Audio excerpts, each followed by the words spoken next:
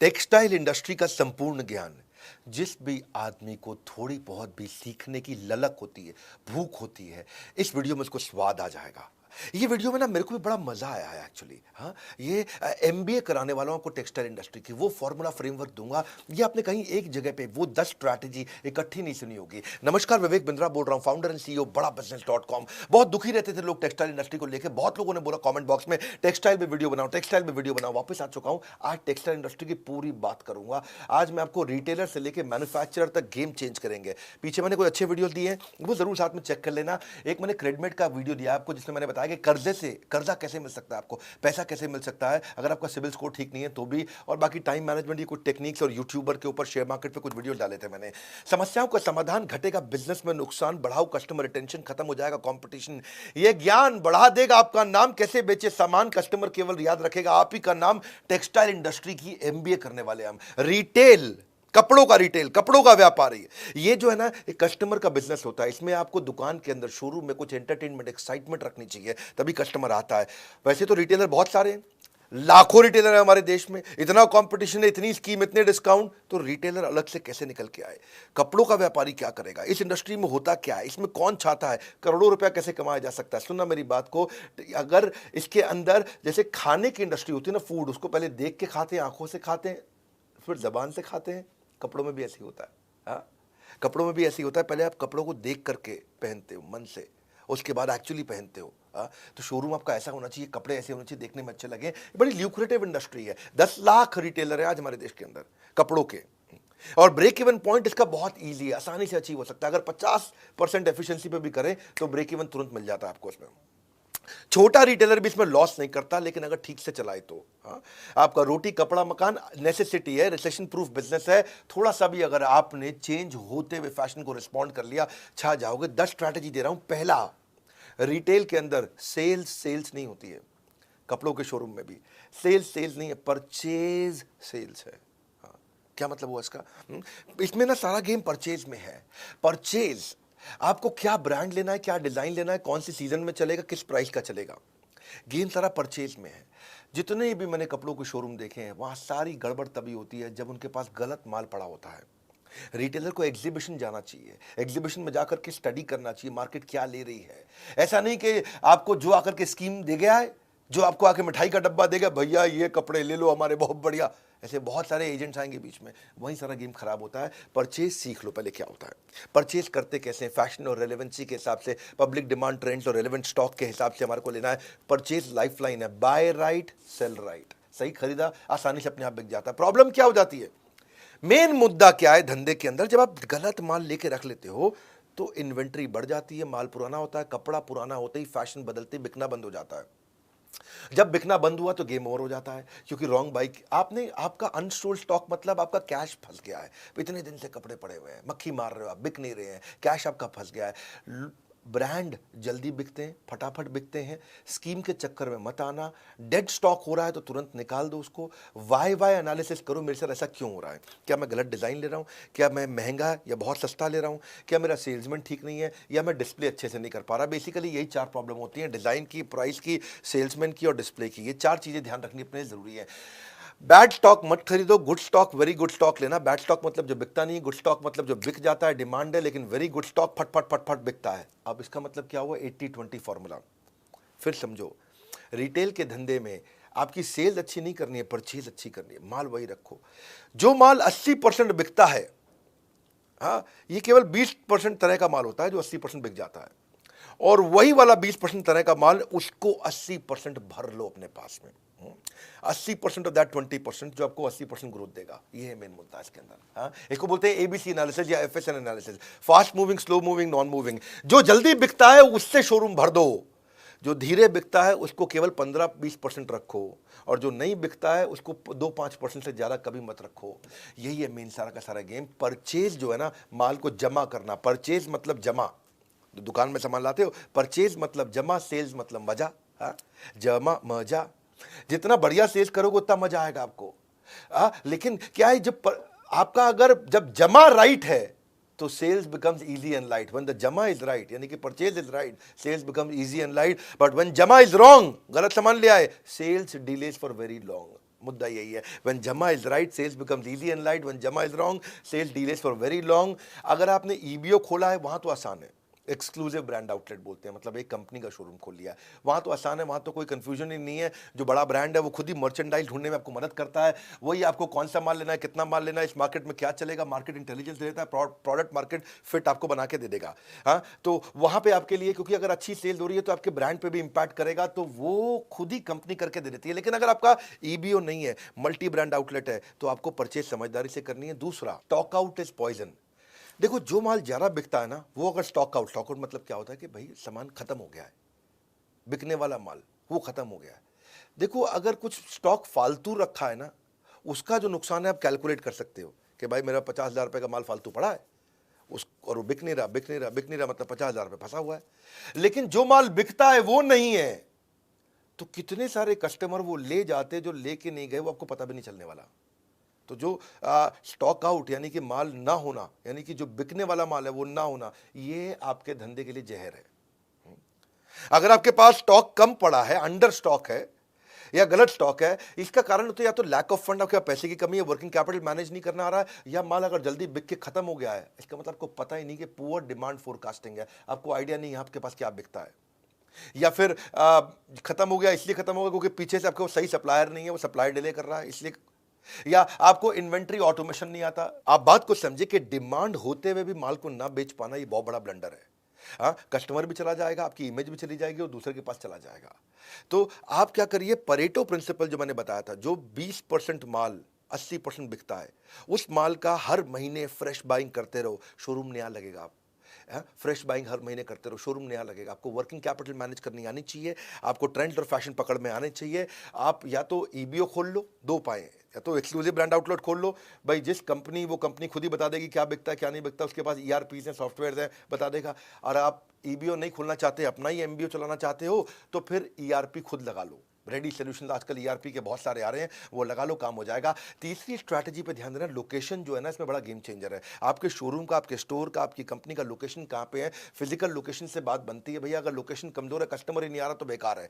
आपका जो primary customer है ना, जो 60 से 80% कस्टमर वो ऐसा होता है जो माल खरीदता है। सेकेंडरी मतलब 15% कस्टमर ही कभी कभी लेता है। टर्शरी मतलब वो कस्टमर जो माल खरीदता ही नहीं है। इसका कैलकुलेशन करना सीख लो, ये कैसे मिलते हैं, इसके कुछ तरीके होते हैं, ये मिलते कैसे हैं, क्या फैक्टर होते हैं। आप जहां दुकान खोल रहे हो वहां कस्टमर आपके काम के रहते कितने हैं, वो पढ़े लिखे कितने हैं, यहाँ पे चलने वाले पैदल ग्राहक कितने घूमते हैं, इनकी उम्र क्या है, जो प्रोडक्ट आप बेच रहे हो वो उस उम्र के लोगों को देना है कि नहीं देना है, किस प्रोफेशन के लोग रहते हैं आसपास।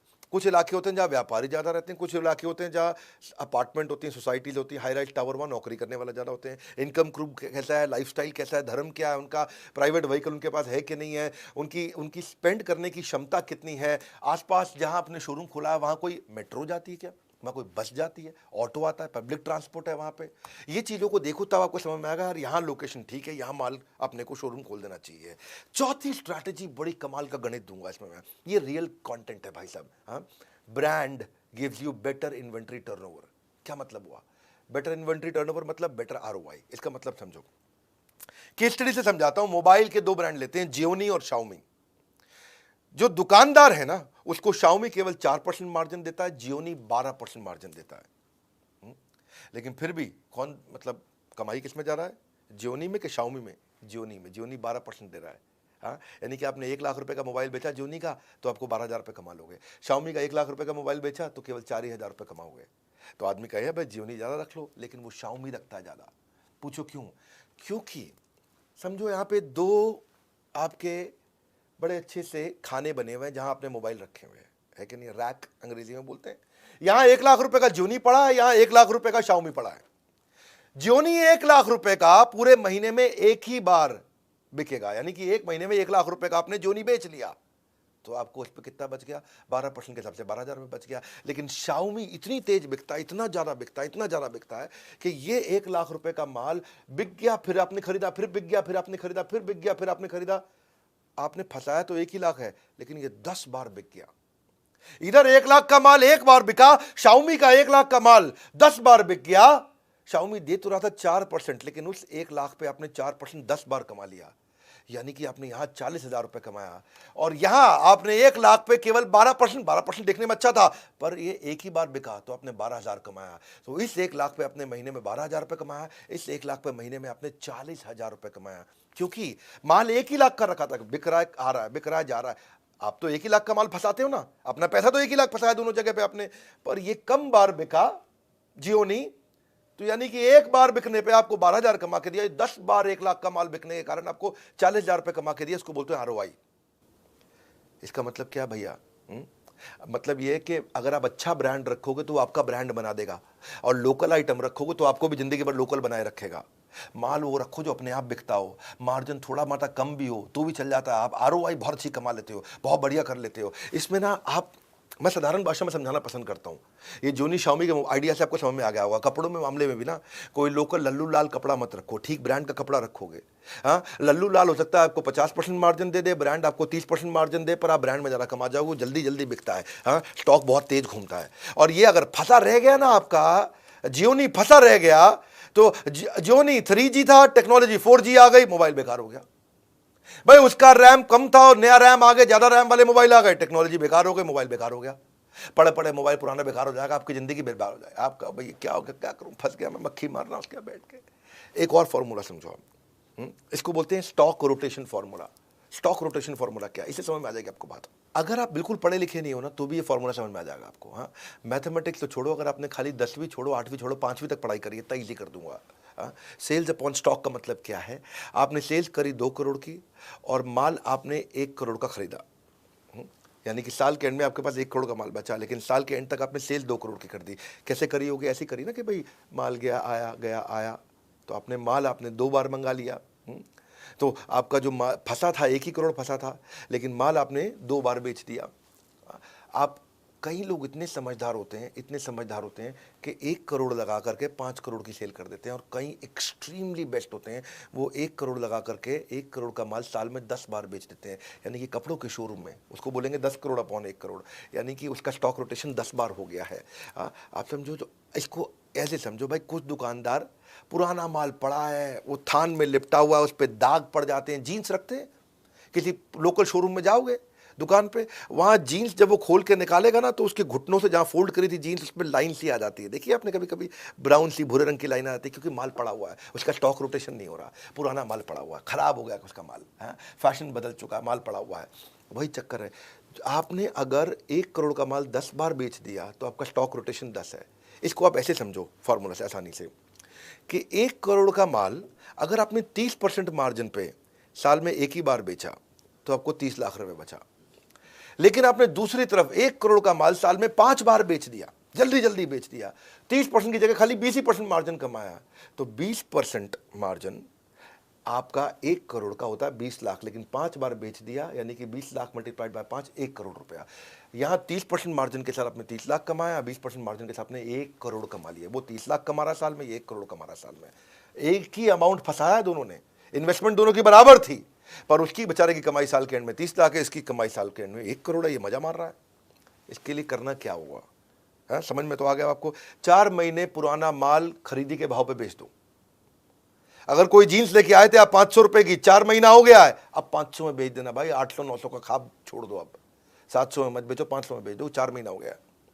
लेकिन अगर 6 महीने तक सामान पड़ा रह गया कपड़ा आपके पास कोई, तो 500 की जगह 450 में बेच दो, कोई दिक्कत नहीं है। 430 में बेच दो, कोई दिक्कत नहीं है, पैसे छुट्टे हो जाएंगे। आपके पास 50,000 रुपये का माल फंसा पड़ा है ना, 50,000 का माल 40,000 रुपये निकाल दो, 40,000 रुपये हाथ में तो आएंगे। जब 40,000 हाथ में आएंगे तो नया माल लेके आओ, बहुत तेज बिकेगा, कमा के भी देगा। जब जगह खाली होगी, नया माल आएगा, नया माल जल्दी बिकेगा, जो शॉप है वो शोरूम लगने लग जाएगा अपने आप। कस्टमर के हिसाब से खरीदो भैया। कई लोग आएंगे आपको स्कीम देंगे, अरे भाई साहब 3 जीन्स ले लो, साथ में 3 जीन्स फ्री दे रहा हूँ, वो स्कीम है। हो सकता है कस्टमर ना ले रहा, वो कस्टमर वही लेगा जो कस्टमर को पसंद आता है। कस्टमर के हिसाब से माल खरीदो, स्कीम के हिसाब से नहीं कि जो डिस्ट्रीब्यूटर डीलर आके आपको स्कीम दे जाता है। हाँ, तो आपके लिए देखो एक चीज़ और अच्छी बताता हूँ आपको, आरओआई अच्छा निकालना है ना, टेलर रख लो अपने पास। टेलर के साथ बहुत कमाई होती है भैया। शोरूम खोलना मुश्किल है, टेलर रखना आसान है। पर क्या शोरूम तो आप खोल लेते हो, उसके बाद टेलर के खर्चे आपको चुभने लग जाते हैं। हाँ? आप क्या है कि आप $1 खर्च कर देते हो, 1 पेनी में दिक्कत आती है। 2,000 का नोट खर्च कर देते हो, 2 रुपए खर्च करने में दिक्कत आती है। टेलर रखो, देखो, रेस्टोरेंट वही चलता है जहाँ शेफ अच्छा हो। इसी तरह कपड़ों का शोरूम वही अच्छा चलता है जहाँ टेलर अच्छा हो। शेफ लाना मुश्किल नहीं है, रेस्टोरेंट खोलना मुश्किल है। आप अगर रेस्टोरेंट, ये बड़ा इंपॉर्टेंट है चीज़ को समझना कि टेलर छोटी छोटी चीज़ें आपके लिए अच्छी इतनी तेज कर सकता है सर्विस के मामले में कि आपका कस्टमर वापस आता है लौट करके। मैं ना इस रिटेल इंडस्ट्री के अंदर, इसके अंदर ये जो हमारी टेक्सटाइल इंडस्ट्री है, इसमें सियाराम एक अच्छा ब्रांड है। उसके जो ओनर हैं, चेयरमैन है मिस्टर रमेश पोदार, हमारी बड़ी मित्रता है उनसे, बड़ा प्रेम है, बहुत बहुत वार्म और कॉर्डियल रिलेशनशिप है मेरा। तो मैं सोचा कि टेक्सटाइल की बात कर रहा हूँ, तो मैंने रमेश जी को फ़ोन लगाया। मैं कहा, नमस्कार रमेश जी, कैसे हैं? वो, नमस्कार बिंद्रा जी, बहुत अच्छे हैं। बड़ा उनसे प्यार है। वो मेरे को उन्होंने कुछ कपड़े भी गिफ्ट किए अपने, बोले मैं सियाराम के सूट पहनूँ। बिंद्रा जी, ये भी मैं सियाराम का सूट पहना हुआ है। तो मैंने जब उनसे बात किया, मैं कहा उनसे भी थोड़ा चीज़ें समझता हूँ, तो मैं उनकी भी स्ट्रैटेजी बताता हूँ। ये 1978 की कंपनी है भैया, सियाराम, जे हेम्स्टेड, कैडनी, ऑक्समबर्ग भी बड़ा ब्रांड, सब इन्हीं की 80 मिलियन मीटर जो है ना बनाते हैं, कि 40,000 आउटलेट पे माल बेच रहे हैं। 100 करोड़ तो उन्होंने 1991 में पहला कर लिया। देसी ब्रांड, लेकिन इंटरनेशनल अपील है इनका। ये रिलेशन इनके साथ ऐसा है कि इन्होंने देखा कि डॉक्टर विवेक बिंद्रा बड़े वर्ल्ड रिकॉर्ड बना रहे हैं, तो इन्होंने भी रिटेलर्स के लिए एक इवेंट किया था और उसमें इन्होंने गिनीज वर्ल्ड रिकॉर्ड बनाया था। मुझे बोले कि आपसे इंस्पायर हुए, आपके देखा देखी हमने भी वर्ल्ड रिकॉर्ड बनाया। तो सियाराम के रमेश पोदार जी से एक और स्ट्रैटेजी मुझे समझ में आई, space utilisation is revenue maximisation. कई बार लोग शोरूम खोल लेते हैं। अब एक भाई थे हैदराबाद के, और उनका जो शोरूम था, उनका जो स्टोर था, वो 6,000 स्क्वायर फीट का था। 3,000 स्क्वायर फीट ग्राउंड फ्लोर पे, 3,000 स्क्वायर फीट फर्स्ट फ्लोर पे। तो ग्राउंड फ्लोर पे उन्होंने बना रखा शोरूम, बहुत बढ़िया, चकाचक, लाइट, बहुत सुंदर, मतलब अंदर घुसो तो देख के बड़ा हो मजा आ जाता। और ऊपर उन्होंने बना दिया गोडाउन। तो रमेश भाई वहां गए, उनसे मिले, उन्हीं का रिटेलर था। तो रमेश भाई बोले, अब सियाराम के चेयरमैन है तो सामने वाला बात सुनता भी है उनकी। बोले, यार तुम गलती कर रहे हो, प्राइम लोकेशन पे, हैदराबाद की सबसे महंगी रोड पे तुम्हारा ही शोरूम है, और फर्स्ट फ्लोर को तुमने बना रखा है गोडाउन। गोडाउन सस्ती जमीन पे बनाओ, तो ग्राउंड फ्लोर पे भी शोरूम कर दो, फर्स्ट फ्लोर पे भी शोरूम कर दो, स्पेस को यूटिलाइज करो। स्पेस यूटिलाइज होगा, रेवेन्यू मैक्सिमाइज होगा। वो भाई मान गया उनकी बात। वही आदमी जो नीचे ग्राउंड फ्लोर पे 8 करोड़ का टर्नओवर कर रहा था, ऊपर फर्स्ट फ्लोर खोलते ही वो 12 करोड़ पे आ गया, फिर 15 करोड़ पे आ गया। तो उन्हें बहुत धन्यवाद किया, क्योंकि जब गोडाउन बनाना था वो सस्ती जगह बनाया, खर्चा उसका बहुत कम हो गया। वरना अगर ऊपर फर्स्ट फ्लोर जो इतनी प्रीमियम लोकेशन थी, उससे फट फट फट फट तेज कमाया उन्होंने। तो स्पेस यूटिलाइजेशन जब करोगे तो उसमें देखो, मैनेक्विन अच्छे से डालो, ट्रायल रूम बनाओ, शीशे लगाओ, डिस्प्ले शेल्फ अच्छे लगाओ, डिस्प्ले काउंटर बढ़ाओ। जितना अच्छे से स्पेस को यूटिलाइज करेंगे ना, उतना रेवेन्यू मैक्सिमाइज होता है आपका। अगला है छठा स्ट्रैटेजी, इफेक्टिव ट्रेनिंग, मतलब हायर कन्वर्जन। आपने शोरूम बनाया, आपके शोरूम पे आपने कितने सालों की मेहनत करी है ना, कितना पैसा लगा दिया आपने वहाँ पे, कितना कुछ कर दिया आपने, इतनी ब्रांडिंग मार्केटिंग कर दी उसकी। आज उसकी इतनी इज्जत हो गई कि रोज 100 कस्टमर आ रहे हैं वहाँ पे। अगर रोज 100 कस्टमर आ रहे हैं और आपका सेल्समैन इतना कमजोर है कि 100 में से खाली 20 को माल बेच पाता है, 100 में से वो 20 को माल बेच पाता है, क्योंकि उसकी ट्रेनिंग अच्छी नहीं हुई। अगर उसकी ट्रेनिंग अच्छी कर दें, वो 100 में से 40 को माल बेच दे, तो आपका टर्नओवर एकदम डबल हो जाएगा।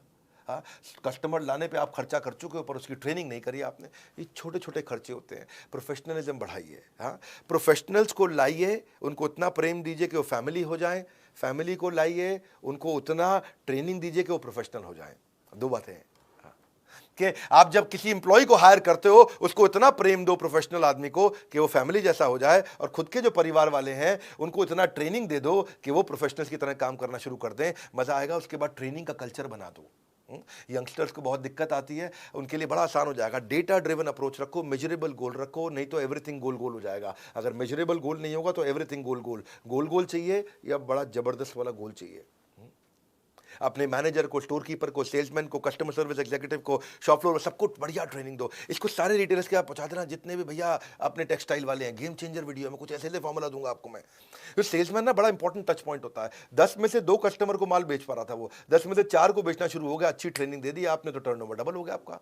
तो आपका जो शॉप फ्लोर है वो बहुत इंपॉर्टेंट एरिया है। उसको आप फीचर वर्सेस बेनिफिट की ट्रेनिंग दो। भाई कपड़ों का फीचर मत बताओ, बेनिफिट बताओ उसको। प्रोडक्ट की origin, history, accessories, catalogue, prices, कपड़ों के डिफरेंट साइजेज, यूके का साइज ये है, यूएस का साइज ये है, मेन का साइज ये है, वुमेन का साइज ये है। फैब्रिक का उसको एक्सपीरियंस हो जाना चाहिए। कॉम्पिटिटर क्या प्रोडक्ट बेच रहा है, कॉम्पिटिटिव एडवांटेज क्या, उसको समझ में आ जाना चाहिए। एटिकेट्स के साथ बात करें, रैपो बिल्डिंग, रिलेशनशिप बना करके माल बेचे, कस्टमर के बाइंग बिहेवियर को पहचाने। डिफिकल्ट गुस्से वाला कस्टमर आ गया, एकदम चिड़ा हुआ, नक चढ़ा, ऐसे वाला भी होते हैं ना कहीं, हाँ, उसके साथ भी बड़ा कैसे वो डील करे, उसको कैसे समझाए और कैसे फॉलो अप करे, रेफरल कैसे ले, सेल्स को क्वालिफाई करे, प्रोफेशनल एथिक्स और एटिकेट उसको समझ में आ जाए, क्रॉस सेल अपसेल कर सके, है कि नहीं है।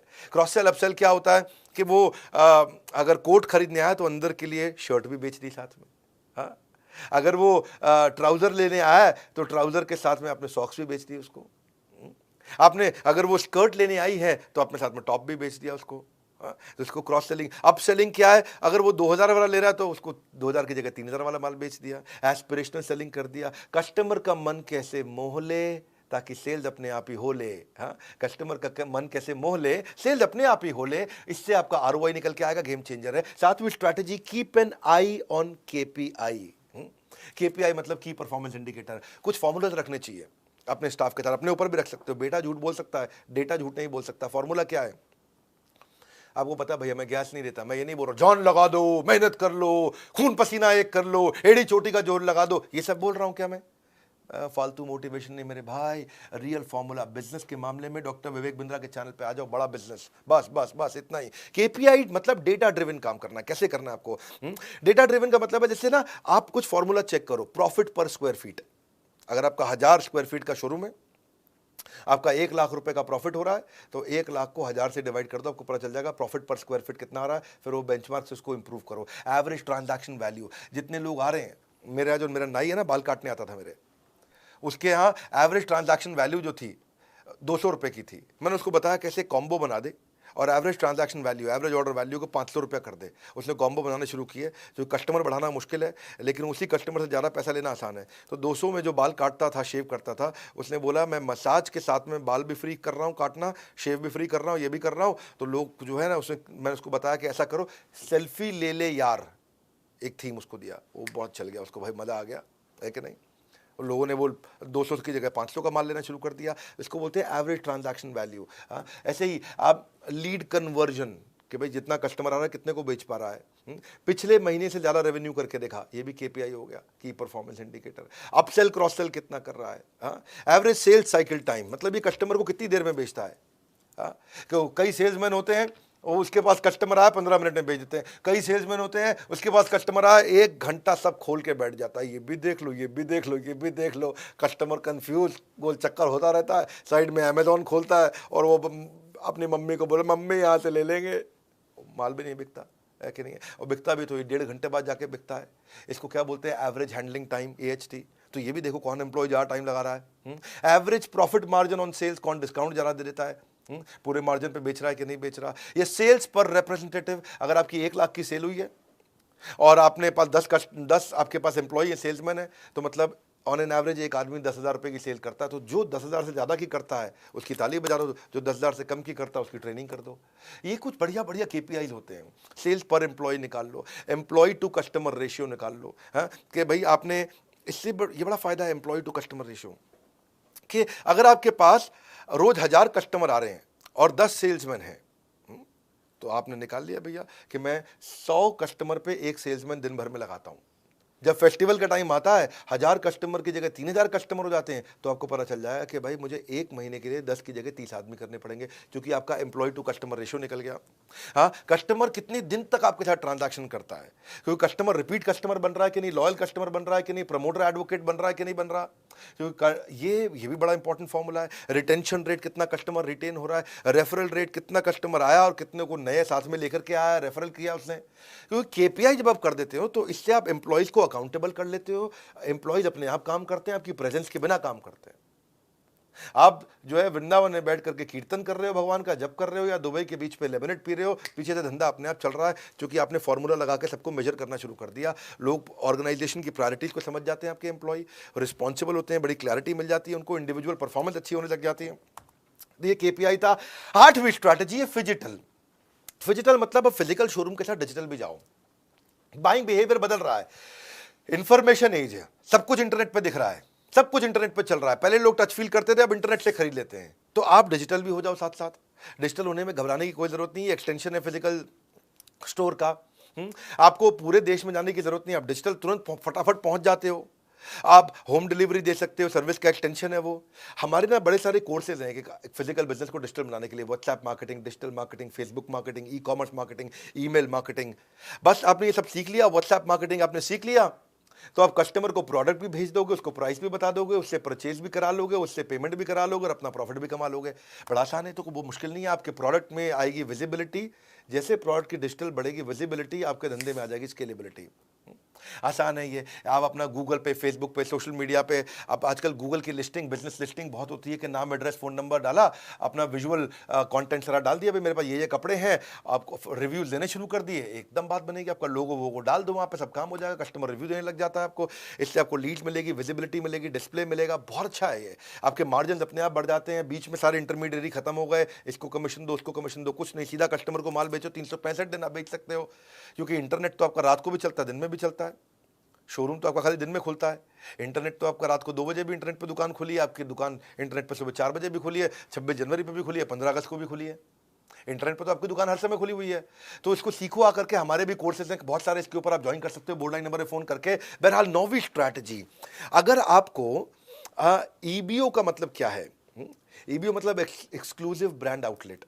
इसमें आपकी मेहनत कम है, ब्रांड की मेहनत ज़्यादा है, वो सारे आपकी मदद करते हैं। मान लो आपने कोई भी ब्रांड उठा लो, अभी सीआरएम की बात कर लेते हैं, सीआरएम का ब्रांड उठा लो, उसके अपने लॉयल कस्टमर हैं, उसकी अपनी बहुत बड़ी विजिबिलिटी है, उसका अपना प्रूवन एक क्वालिटी और कमर्शियल वायबिलिटी है, और आपको बड़ी अच्छी प्रीमियम अपील है उसकी। ब्रांड का अपना एक विजन होता है, उसकी अपनी लॉन्ग टर्म स्ट्रैटेजी होती है, उसके अपने ग्रोथ प्लान होते हैं, उसके बाद अपने मार्केटिंग के बजट होते हैं। आप थोड़ी कर सकते हो सारे बॉलीवुड वाले को ला दो। हमने अगर सीआरएम का एग्जांपल लिया, तो उन्होंने आजकल दीपिका पादुकोण के हस्बैंड को अपना ब्रांड एम्बेसडर बना रखा है, और अब वो आएगा अपना आकर के, वो तो पता ही आपको रंगीन कपड़े पहनता है। तो अब आप तो नहीं, आप दीपिका पादुकोण को या उसके हस्बैंड को ला सकते हो आसानी से, कोई आप तो दुकानदार हो। तो ईबीओ भी आप ट्राई कर सकते हो, ईबीओ बड़ा अच्छा ऑप्शन है। और रणवीर सिंह नाम है उसका, मैं नाम भूल जाता हूँ, मैं बॉलीवुड कम देखता हूँ। तो वो जो है, आप उसको, आपको तो खर्चा नहीं करना है, ब्रांड अपने आप खर्चा करता है, ब्रांड का आपको सपोर्ट मिल जाता है, ब्रांड आपको प्रॉपर्टी सिलेक्शन करा देगा, आपको रेंट नेगोशिएट करा देगा लैंडलॉर्ड से। आप अगर अच्छा ब्रांड होगा, बहुत सारे ब्रांड्स हैं, लुई फिलिप, फलाना डिकाना, बहुत सारे हैं। आप उसमें से अगर मान लो, हमने अभी सीआरएम की बात करी, तो आपको स्टोर भी डिजाइन करा के देंगे, स्टोर लेआउट भी कर देंगे आपका। सैकड़ों शोरूम हो चुके हैं आप सीआरएम के, और अब उनका आइडिया ये है कि अगले 1 साल के अंदर 1000 नए शोरूम खोलने वाले हैं। इनके अपने फ्रेंचाइजीज खोलते हैं ना ये, तो प्रोडक्ट की ट्रेनिंग देंगे आपको, ऑपरेशंस की हेल्प कर देंगे, फ्लो ट्रेनिंग दे देंगे, बिलिंग का सॉफ्टवेयर दे देंगे, आपको वॉक इन कैसे बढ़ाओगे, आपको लेआउट, साइनेज, हर एक चीज रेडी करके देता है। तो ईबीओ में आपकी टेंशन खत्म है, कोई नया आदमी भी चालू कर सकता है। 10वीं स्ट्रैटेजी क्या है? EBO means easy expansion. अगर आपका एमबीओ है, मल्टीपल ब्रांड आउटलेट है, तो पुरानी गल्ला चला आ रहा है। दादाजी बैठते थे, दादाजी के पिताजी बैठते थे, अभी आपके पिता बैठते हैं, अभी आप खुद बैठते हैं, अपने बच्चों के लिए क्या करें?